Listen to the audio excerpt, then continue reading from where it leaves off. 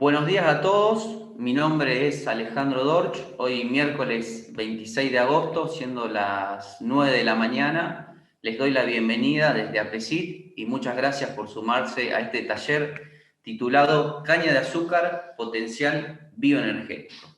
Este taller va a estar a cargo del ingeniero agrónomo Eduardo Romero y Javier Tonato. El taller se encuentra enmarcado dentro del 20º Congreso de APRESID, Siempre Vivo, Siempre Verde. Recordar que en el menú superior de la página principal hay una sección llamada Asistentes, en donde podrán buscar a los disertantes que estén registrados en el Congreso y a través del mismo van a poder chatear o incluso programar reuniones con ellos. También no olviden pasar por el espacio de APRESID dentro del hall comercial, donde van a encontrar entrevistas en vivo con especialistas, información de los programas de la institución y contenido exclusivo para los asistentes. Para seguir lo que sucede en las redes, no olviden utilizar el hashtag CongresoAPRESID y así no van a poder perderse nada. A continuación, le voy a estar presentando el taller y a los disertantes para, luego comenzar con las presentaciones. Como decíamos, el taller se llama Caña de azúcar, potencial bioenergético, y el objetivo de la disertación es presentar en el escenario nacional al cultivo de la caña de azúcar, que es el principal producto agroindustrial del noroeste argentino. A partir de sus características ecofisiológicas se explica su alta eficiencia en la fijación de dióxido de carbono y su significativa capacidad para contribuir biomasa con una gran actitud para generar diversos productos bioenergéticos. Se muestran distintos índices de susceptibilidad que destacan a la caña de azúcar como una alternativa estratégica para sustentarla a la cadena energética que asegura el abastecimiento regional de energía renovable. Bueno, los disertantes, vamos a presentarlos, son Eduardo Romero, que él pertenece a la Estación Experimental Agroindustrial Obispo Colombro. Él es ingeniero agrónomo, egresado de la Facultad de Agronomía y Zootecnia de la Universidad Nacional de Tucumán. Es director en agronomía de la Facultad de Agronomía y Zootecnia de la Universidad Nacional de Tucumán.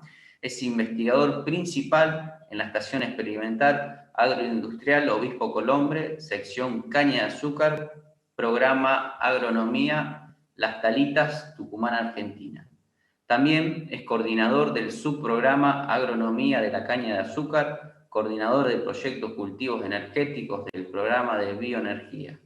Además, es profesor titular de la Cátedra de Fisiología Vegetal de la Facultad de Agronomía y Zootecnia de la Universidad de Tucumán e investigador en el Programa Nacional de Incentivo Docente y Investigación. Y bueno, también hoy nos acompaña Javier Tonato, que él está en el grupo con Eduardo y él es ingeniero agrónomo y magíster en agronomía. Bueno, hechas las presentaciones, señor director, vamos a la presentación. Bueno, es un gran gusto tener esta oportunidad de poder poner en el escenario de APRESID lo que es para nosotros el principal cultivo, tanto de la estación experimental como del NOA, la caña de azúcar, y comentar algunos aspectos que viene estudiando este grupo del experimental sobre su potencial bioenergético. Indudablemente, queremos primero presentar lo que es la estación experimental en pocas palabras. Es un instituto de investigación de la provincia de Tucumán que tiene 111 años, ha cumplido, y que comenzó y se originó a partir de la caña de azúcar, pero que hoy está contribuyendo y aportando a todos los grandes cultivos de nuestra provincia, como se lo observa, caña de azúcar, cítricos, granos y hortalizas, estudiando, investigando, transfiriendo tecnología, ajustando tecnología y atendiendo y asesorando a los productores de Tucumán y del NOA. Indudablemente la caña de azúcar se ha desarrollado, tiene más de 250 años de historia y comenzó justamente en el norte argentino. Actualmente se ocupa este cultivo unas 410.000 hectáreas, con una muy pequeña proporción en lo que es el litoral argentino o pequeños ingenios en el norte de Santa Fe y en Misiones. Sin embargo, la gran actividad sucroalcoholera, producto de este cultivo, se ocurre en el noroeste argentino. Acá en esta imagen podemos ver, digamos, lo que es Jujuy y Tucumán coloreado, lo que son las áreas cañeras, 125.000 hectáreas en el norte, entre Salta y Jujuy, y 276.800 en Tucumán. Tucumán indudablemente es la principal provincia productora y responsable de casi el 70% del área cultivada y un 65% del azúcar y alcohol que se produce a nivel de Argentina.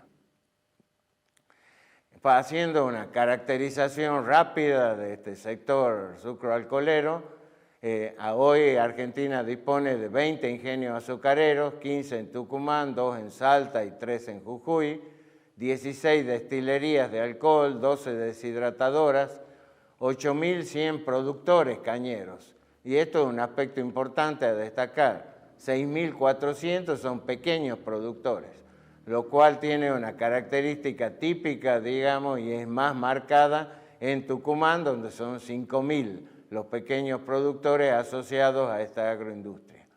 Hay numerosas industrias metalmecánicas que trabajan directa e indirectamente en servicios, 410.000 hectáreas de caña, casi 61.000 personas asociadas al empleo directo en campo o industria, y el año pasado, en el 2019, se produjeron 2.200.000 toneladas de azúcar equivalente, 514.000 metros cúbicos de alcohol y 217.000 toneladas de azúcar fueron exportadas, digamos, a Chile, a Paraguay y también a Estados Unidos. Para presentarlo en el escenario de APRESID, que están acostumbrados a otros cultivos, le queremos mostrar en forma sintética y esquemática cómo es las características más importantes del sistema de producción de caña. En primer lugar, digamos, es un cultivo semiperenne cuyo ciclo económico dura entre 5 a 6 años. Quiere decir que se establece o lo que llamamos plantación de la caña de azúcar y esta, a partir de su cosecha, rebrota sucesivamente la cepa, constituyendo nuevos cañaverales a través de 4 a 5 años, que es lo que denominamos caña planta, el primer año de la instalación del cultivo, y las cañas socas, las que rebrotan en forma sucesiva de las cepas, digamos, establecidas en el cañaveral. Es decir que la vida económica del cañaveral constituye al menos, y lo más típico, 5 años en el norte argentino, y viene una de las estrategias, digamos, para mejorar, digamos, la rentabilidad es prolongar lo que llamamos la longevidad de cepa. De manera que la implantación del cultivo es una etapa clave, por esto que establece la base productiva para los próximos 5 años y debe considerar la mayor inversión y todos los aspectos requeridos para mantener lo máximo posible la producción o capacidad productiva de estos cañaverales. La edad de la cepa está referida a estos términos que usamos normalmente: caña planta el primer año y caña soca las edades sucesivas de corte de este cultivo. Un aspecto que es clave para poder entender el potencial bioenergético de la caña de azúcar son sus características ecofisiológicas, que están ligados a la gran construcción de biomasa que caracteriza a este cultivo. La primera característica es que tiene una fotosíntesis de tipo carbono 4, que es la típica de cultivos gramíneas de zonas tropicales y subtropicales, a altas tasas diarias de fijación de anhídrido carbónico. Y también esto está asociado a una elevada eficiencia en el uso de la radiación solar. Está citado y estudiado como uno de los cultivos de máxima eficiencia en el uso de radiación solar, junto con, digamos, el sorgo, junto con el maíz, que son las típicas carbono 4. ¿Esto qué significa? Y a diferencia del maíz y el sorgo, la caña tiene capacidad de fijar con eficiencias mayores a un 1% durante gran parte de su ciclo de cultivo. Una de las fases fenológicas determinantes, digamos, de la producción es lo que se llama el periodo de gran crecimiento, que normalmente, es decir, en el norte, coincide con los meses de diciembre a fines de marzo, que es donde se registran la mayor cantidad de lluvias y sobre todo los requerimientos adecuados de temperatura y radiación. Durante este periodo, la caña de azúcar es capaz de mostrar una elevada tasa de crecimiento y una expansión foliar significativa. Hablamos de tasa de 40 gramos por metro cuadrado por día y varios centímetros de expansión en su canopeo. Otra característica que es fundamental es que tiene un prolongado periodo de crecimiento. Pero si bien uno habla en términos de un establecimiento anual del cultivo, ya que entre su plantación y cosecha suelen pasar 12 meses, lo que interesa es la duración del periodo de crecimiento efectivo, que en el norte, Salta y Jujuy, un poco más, tiene 40, 45 días más de bioperiodo que en el caso de Tucumán, y en Tucumán normalmente está funcionando, digamos, a pleno ritmo la caña de azúcar entre de diciembre a fines de marzo. Otra característica que explica su alto potencial también bioenergético y su alta capacidad de construcción de biomasa es que los órganos de cosecha son de tipo vegetativo, es decir, que se generan durante todo el ciclo acompañando el ritmo fenológico y acompañando al ritmo de las condiciones ambientales en donde éste se desarrolla. Y no implica un gasto específico de energía para la floración, llenado de órganos de origen sexual. Y lo que más destaca, digamos, el cultivo de la caña de azúcar es que tiene un muy bajo costo de energía metabólica para construir la biomasa. Al ser todo hidratos de carbono, sacarosa y productos, digamos, estructurales, polisacáridos como la fibra, su costo energético o metabólico interno es realmente bajo. Cuando estudiamos analizamos cómo es la composición, podemos ver que la biomasa total está constituida por la biomasa aérea y una biomasa subterránea que involucra todo el sistema radicular generado y regenerado después de cada cosecha y lo que llamamos cepa, que es la base de los tallos de cada año y el banco de yemas que se establece para el crecimiento del año siguiente. A su vez, la biomasa aérea tiene dos partes fundamentales, la más importante que es los órganos de cosecha, que es los tallos molibles, y con un índice de cosecha elevadísimo, que puede ir de 65 al 85% del total de la biomasa.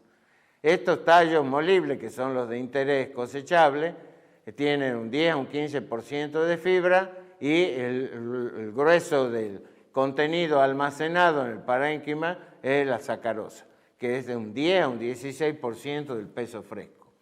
Pero a su vez todo lo que es la puntera de los tallos molibles, que son inmaduras, como las hojas verdes y secas, constituyen lo que llamamos biomasa residual. Esta biomasa residual hoy que hemos tratado y trabajado y logrado en gran mayoría de los casos eliminar la quema, es lo que denominamos normalmente RAC, residuos agrícolas de cosecha.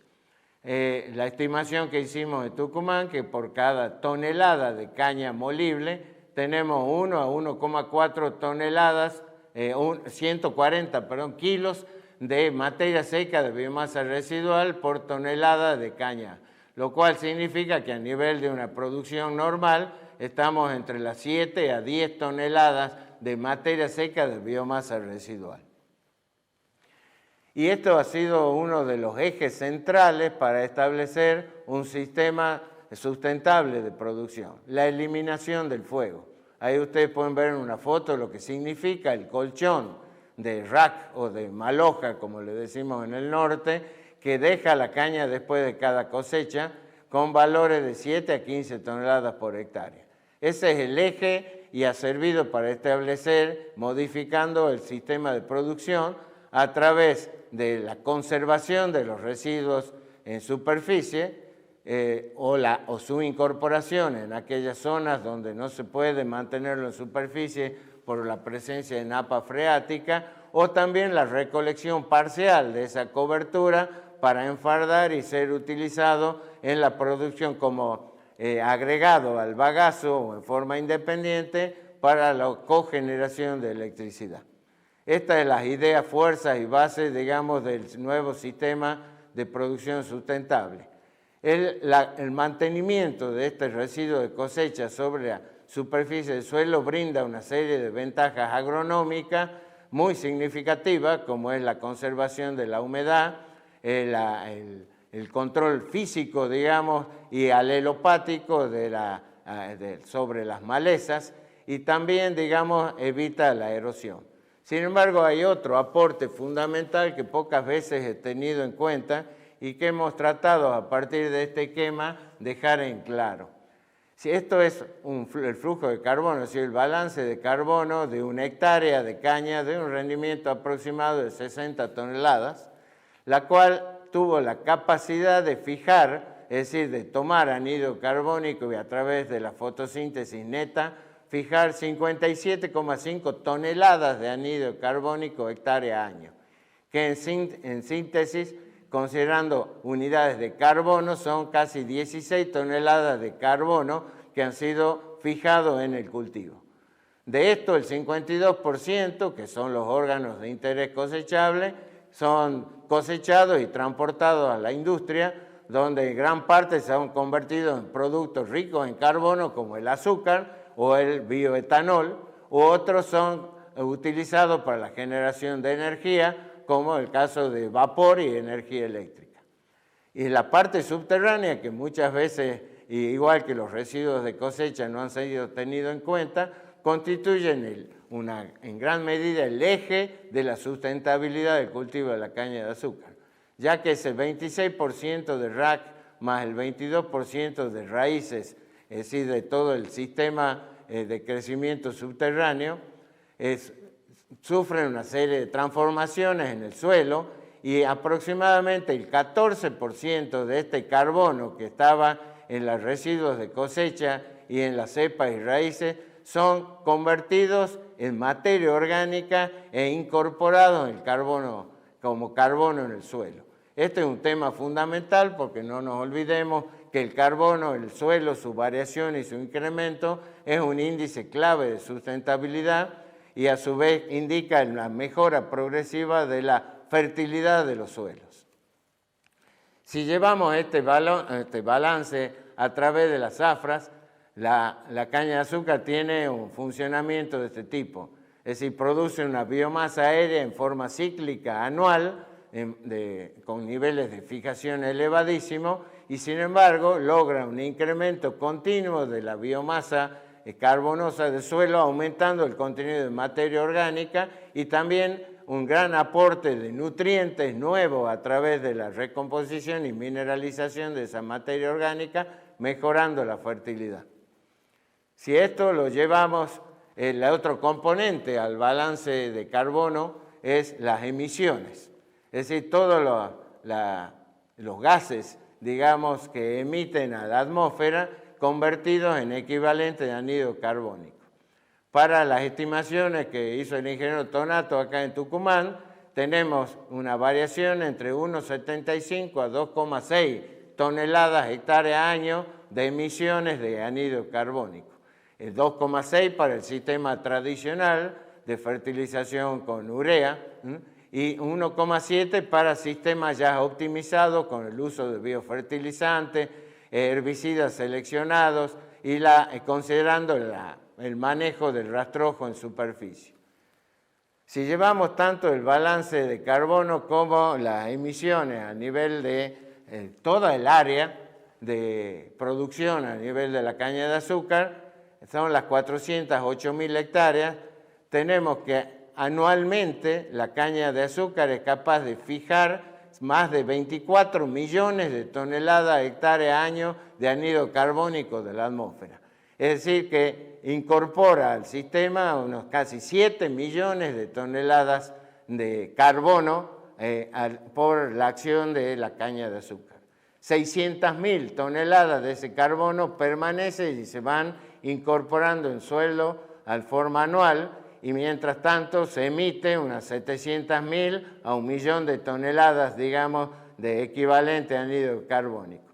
Es decir, si vemos los 6 millones que fija y las 700.000 que se emiten, la diferencia es altamente significativa con un balance más que positivo.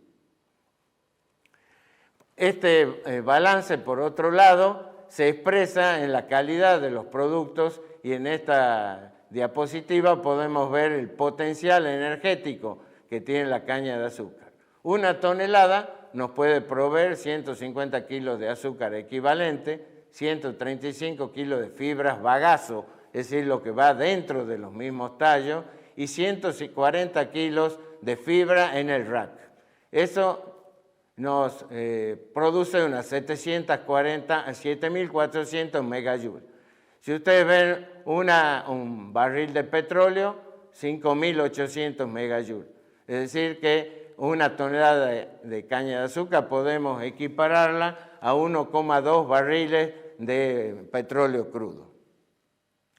En esta diapositiva, que es una diapositiva central, se comparan los distintos índices de sustentabilidad de la caña de azúcar para los 3 destinos energéticos que puede ser utilizado en forma primordial: el bioetanol, la electricidad y electricidad y vapor, que son las 3 formas. Se observa, digamos, que el capital de la caña de azúcar está en su potencial energético por unidad de superficie, es decir, por hectárea, y con una tasa de retorno energético que prácticamente supera a todos los otros cultivos energéticos disponibles. El único aspecto más limitante, digamos, que podríamos decir que tiene la caña de azúcar desde el punto de vista de sustentabilidad es la huella de agua, que tiene un valor intermedio, donde si bien el máximo, el valor más satisfactorio se observa produciendo electricidad. Esto está asociado a que es un cultivo de ciclo largo con requerimientos hídricos importantes que están por arriba de los 1.000 milímetros anuales. Sin embargo, la huella de suelo, es decir, que cuántos metros cuadrados necesitamos para producir una unidad energética, es uno de los valores más bajos, entre 20 y 70, respecto a los otros cultivos energéticos disponibles. Y la huella de carbono, que es lo más llamativo, que sería los kilos de anhídrido carbónico emitidos por unidad energética producida, son valores relativamente muy bajos, de 5 a 14, según el destino bioenergético que se utilice en el sistema de producción de caña de azúcar, que en general más eficiente sería la producción conjunta de electricidad y vapor. Y el bioetanol es el producto que más conocemos y que más está desarrollado, digamos, en nuestro escenario nacional. Los valores que están abajo, que hablan de reducción de emisión, son datos de un trabajo del 2019, donde analizan 2 escenarios energéticos. Uno, en primer lugar, donde todo el uso o consumo energético del planeta es suministrado por fuentes renovables, en donde la caña de azúcar es el que mayor reducción de emisiones genera. Y a su vez el otro escenario es el que está considerado el escenario actual, el pensado para el 2040, en donde alrededor de un 10% del consumo energético es producido a partir de energías renovables. La caña de azúcar en ambos escenarios muestra la mayor reducción de emisiones de gases de efecto invernadero dentro de todos los cultivos energéticos disponibles. Y ya terminando, un poco en este esquema dinámico y simpático, queremos mostrar todas las alternativas de productos bioenergéticos y de otro tipo que puede generarse en el concepto como de biorefinería a partir de la caña de azúcar. No solo el azúcar, el bioetanol, sino también la cogeneración y generación de electricidad, la producción de abonos orgánicos reutilizando y compostando sus efluentes de la producción de azúcar y alcohol, y otra serie de productos sucroquímicos que son factibles, digamos, como los bioplásticos de obtener a partir de la caña de azúcar. Por lo tanto, lograr la sustentabilidad de este sistema agroindustrial se fundamenta en el aprovechamiento integral de toda la biomasa aérea que es capaz de proveernos este cultivo de gran significación a nivel de unidad de superficie. A su vez, este cultivo tiene un gran potencial futuro de mejoras, tanto a través de la mejora, tanto expandiendo, digamos, el área de cultivo, pero sobre todo trabajando en incrementar la productividad a través de la mejora genética, la optimización del manejo y la incorporación de tecnología, tres temas fundamentales que son de la tarea cotidiana que realiza la estación experimental dentro de todo lo que es su programa caña de azúcar. Para esto se requiere inversión, investigación y transferencia. Y como consideraciones finales, estamos convencidos que la caña de azúcar constituye una agroindustria estratégica para construir la cadena energética que sea capaz de abastecer a toda la región NOA-INEA de energía renovable y a su vez de aportar a la matriz nacional.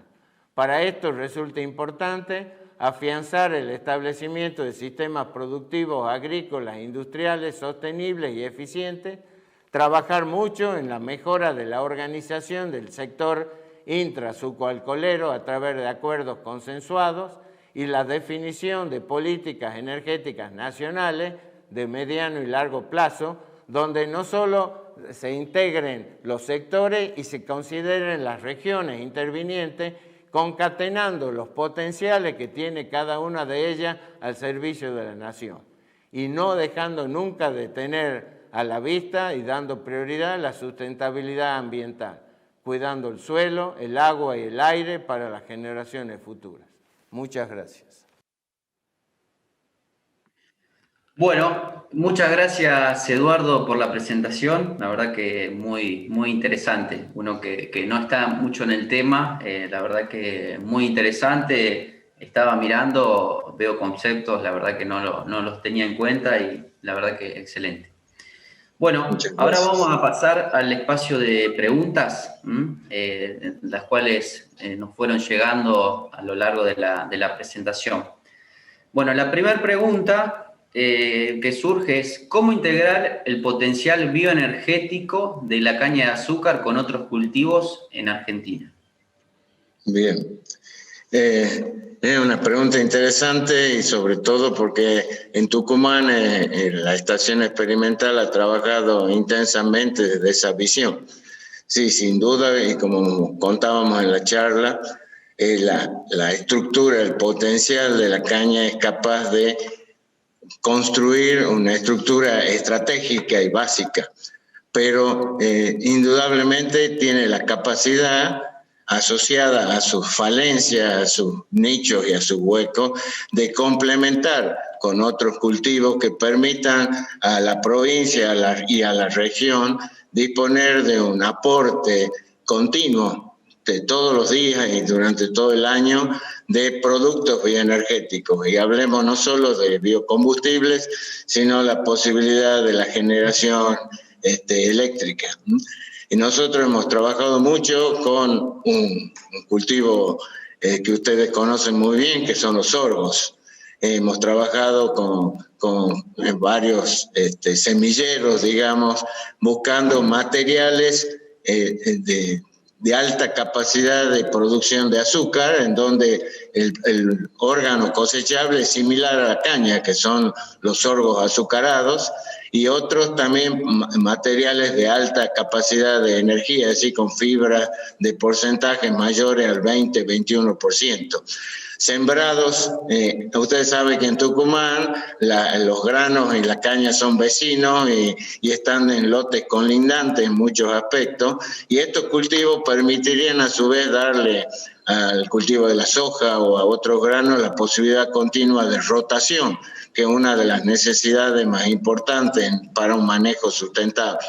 Entonces, poder trabajar y producir en los mismos ingenios donde se trabaja la caña con materiales, podría incluso utilizarse granos, porque hay planteos de sacarificación previa de los granos para construir jugo y terminar de destilarlo. De esa manera uno podría cubrir, aprovechar todo el área, cumplir con objetivos de sustentabilidad entre ambos cultivos y aprovechar la infraestructura disponible de la caña para cubrir los baches de tiempo en donde la caña no tiene posibilidades, excepto por el almacenaje de jugos o melaza, de producir productos energéticos, tanto como decía electricidad, biocombustible u otros productos que estén en la misma sintonía, aportando a la matriz regional y del país una producción continua de estos bioproductos. Perfecto. Bueno, para Javier, ¿cómo juega ese potencial bioenergético a la hora de pensar en la sustentabilidad del sistema?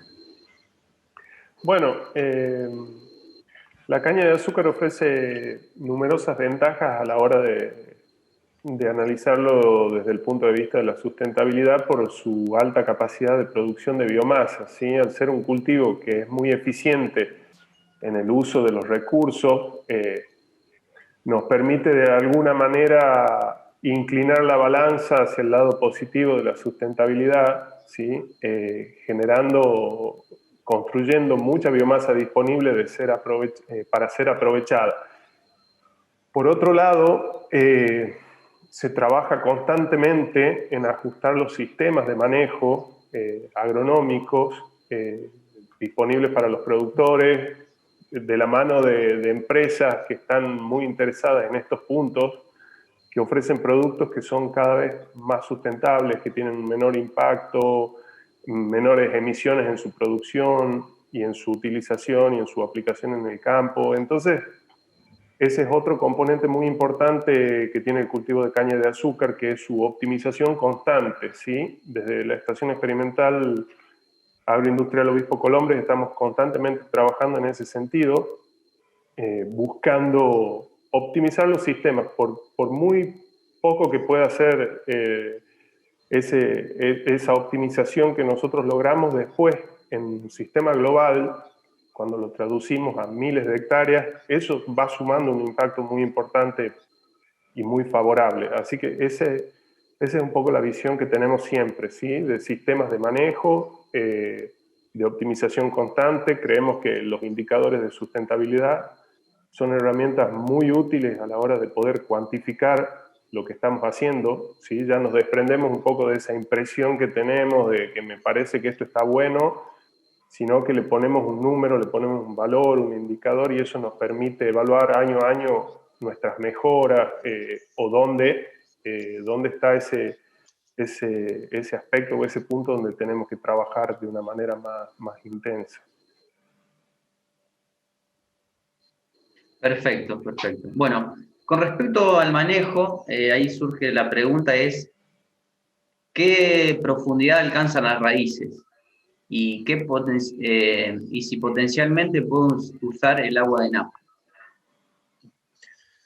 Bueno, digamos, las raíces, el 70% del sistema radicular está en los 40 a 60 centímetros primeros, digamos, del suelo. Sin embargo, lo que se llaman las raíces profundas o de sostén pueden llegar a más de 1 metro. El tema del agua de la napa, existen incluso sistemas de producción internacionales, como es el caso en Florida, en Estados Unidos, que el sistema de riego que ellos han organizado a través de compuerta que permite elevar la napa para satisfacer los requerimientos hídricos.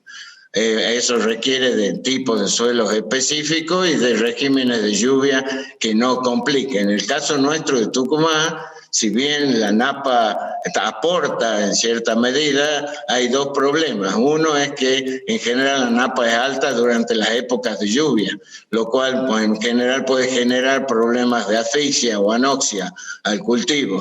Y en ese caso, digamos, el drenaje es el tema clave para favorecer el crecimiento radicular y de todo el cultivo. Y el otro tema es que a veces es la calidad de la napa. En muchos casos la napa tiene problemas de salinidad o de sodicidad y en esos casos, en contraposición, el caso que le contaba de Florida, digamos, es de alto riesgo y lo que hay que hacer es tratar de mandarla lo más abajo posible para que no interfiera, digamos, con la productividad. Perfecto, sí, justo iba la pregunta de las sales al final, así que bueno, también está contestado. Para Javier, ¿pueden mencionar cómo es el balance de carbono del sistema y cómo lo calculan?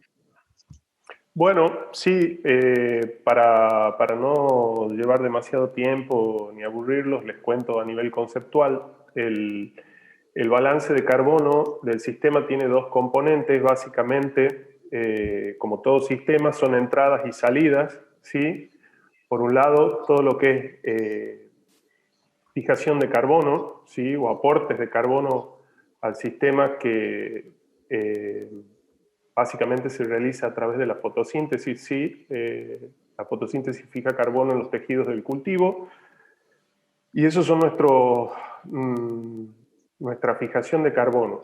Una vez que tenemos la biomasa, ¿sí? El carbono fijado en el tejido vegetal pasa al sistema del suelo, ¿sí? Que es otro de los grandes reservorios, de los grandes stocks de carbono que hay a través de la materia orgánica del suelo. Entonces ahí entramos en esa dinámica de aporte de carbono de los cultivos al suelo, toma de carbono de la atmósfera por parte del cultivo, aporte de carbono de la biomasa del cultivo hacia el sistema del suelo, y a su vez en el suelo se da esta dinámica de humidificación por un lado, ¿sí?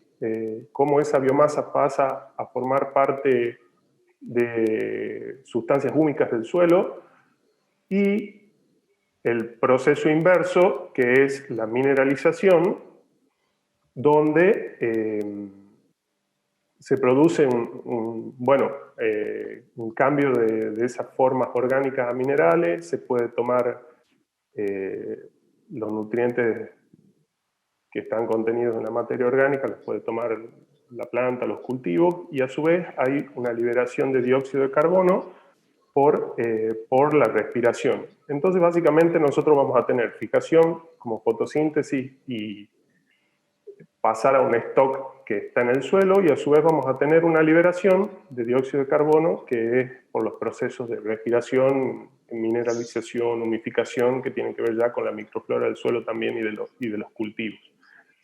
Si a eso le sumamos la liberación de CO2, la producción de CO2 durante el manejo del cultivo, ¿sí? Propio de la combustión de los motores, la producción de los insumos y demás, eso nos va a dar un balance de carbono, un flujo neto de carbono que también se llama, donde ya ponemos todos los actores en juego y nos da ese valor final que es un indicador de sustentabilidad. Perfecto, perfecto. Bueno, la otra pregunta que surge, bueno, también al hablar de sustentabilidad, ¿ustedes qué importancia le dan a la eliminación del uso del fuego a la hora de pensar en esta sustentabilidad del sistema? Digamos, ha sido un avance y un tema clave. En caña de azúcar, y lo que tenemos ya peinamos canas, nos recordamos que el fuego fue una herramienta importante que se usaba en las décadas de los 70 y 80 para la cosecha de la caña, porque al no ver obreros facilitaba la cosecha, pero bajaba sus costos y era un instrumento de uso normal. Sin embargo, en esa época y hasta uno hacía recomendaciones de cosecha con quema, ¿no? La evolución, por suerte, ha ido haciendo tomar conciencia del impacto negativo que tenía la quema, en primera instancia sobre la sociedad, sobre la polución, la contaminación ambiental, el hollín. Es que cuando uno era chico, las madres siempre se quejaban de cómo ensuciaba toda la ropa, ¿no? Pero no pasaba de naturalizar esa situación. Sin embargo, en la década del 90 empezamos desde la estación a trabajar y a tomar conciencia del impacto social. Y el primer efecto fue el corte de la energía eléctrica, que las quemas ocasionales generaban parando hospitales, zonas completas de Tucumán, y empezamos a trabajar en esa línea y fuimos aprendiendo todo lo que era asociado al impacto ambiental negativo, y la sociedad ya pedía un cambio de situación. Y a eso se agregó de manera sustancial, y lo aprendimos desde los granos, a la importancia que tenía al no quemar de conservar el rastrojo y usarlo para sacarle todos los máximos beneficios agronómicos posibles, y también para que ese balance de carbono que comentaba Javier sea positivo y comience a acumular y a dejarnos todos los años entre 1,3 a 2 kilos por tonelada de caña por año. Eso ha sido un cambio sustancial, es una lucha. La cultura del fuego sigue muy metida dentro de nuestra población. En años como este, de tanta sequía y a su vez con frío que permiten que el material sea altamente combustible, es una lucha continua. En Tucumán tenemos este año un pico, pero ustedes lo ven en Córdoba, en Santa Fe, en el Delta, descuidos y peligro, y hasta también lo que llamamos nosotros quemas criminales, es decir, de gente que busca hacer daño, están facilitadas por estos climas. Pero la eliminación, el uso de lo que llamamos cosecha en verde, es decir, sin el uso de la quema, la conservación de residuos de cosecha en superficie en todo el área que se puede, o su incorporación o enfardado y extracción para usarlo junto con el bagazo para generar energía eléctrica, son las alternativas y han tenido un impacto significativo en el manejo de un sistema sustentable de producción de caña de azúcar. Bueno, perfecto. Me quedan algunas preguntas, pero bueno, ya tenemos que ir cerrando, ya nos quedamos sin tiempo. Bueno, para las preguntas, recuerden a las personas que están escuchando, pueden conectarse a la parte de asistentes y ahí se pueden contactar con los expositores para hacerle esas preguntas.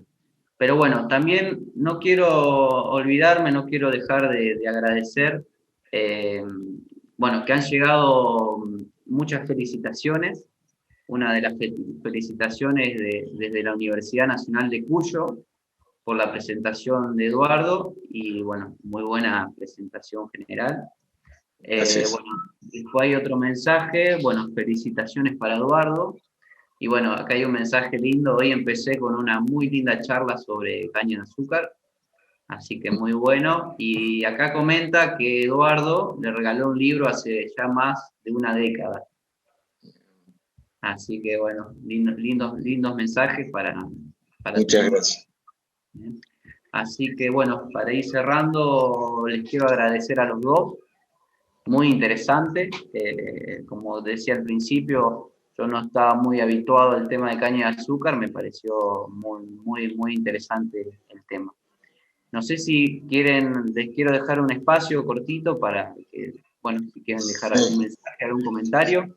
Sí, nosotros felicitar en primer lugar a Presid por asumir este gran desafío de poner en toda la escena del país en esta pandemia que tanto nos ha complicado, pero no dejar de estar activo, y sobre todo por haber abierto la posibilidad que otros cultivos de interés regional y nacional tengan posibilidad de exponer su historia, sus investigaciones, sus logros y su perspectiva en este escenario tan amplio y de tanto interés. Así que nosotros sobre todo muy agradecidos.